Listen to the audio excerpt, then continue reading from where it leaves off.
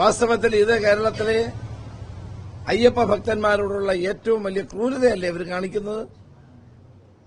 എന്നിട്ട് മന്ത്രി പറയുന്നു എനിക്കൊരു ഉത്തരവാദിത്വമില്ല. 7 കോടി രൂപയുടെ ആഗോള അയ്യപ്പ സംഗമം സംഘടിപ്പിച്ചിട്ട് ആ സംഗമം കഴിഞ്ഞിട്ടാണ് സ്പോൺസർമാരെ തിരക്കി നടക്കുന്നത്. എവിടെങ്കിലും കേട്ടിട്ടുണ്ടോ? പരിപാടിക്ക് സ്പോൺസർമാരെ നേരത്തെയാണ് തീരുമാനിക്കുന്നത്, കണ്ടെത്തുന്നത്. ഇവിടെ പരിപാടി കഴിഞ്ഞിട്ട് സ്പോൺസർമാരെ കണ്ടെത്തിക്കൊണ്ടിരിക്കുകയാണ്.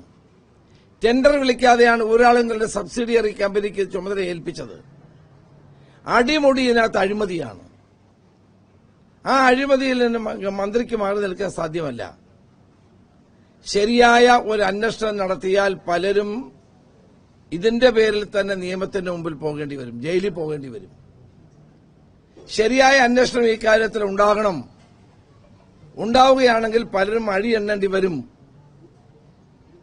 അയ്യപ്പന്റെ പേരിലുള്ള ഈ കൊള്ള ഇടതുപക്ഷത്തിന്റെ കാലത്ത് ഇപ്പൊ തുടർന്ന് തന്നെ നടന്നുകൊണ്ടിരിക്കുകയാണ്.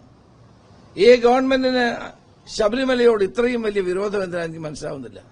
യുവതീ പ്രവേശനത്തിൽ തുടങ്ങിയതാണ്. ഇപ്പോഴെത്തി നിൽക്കുന്ന ആഗോള സംഗമത്തിൽ കോടികളുടെ അഴിമതിയാണ്.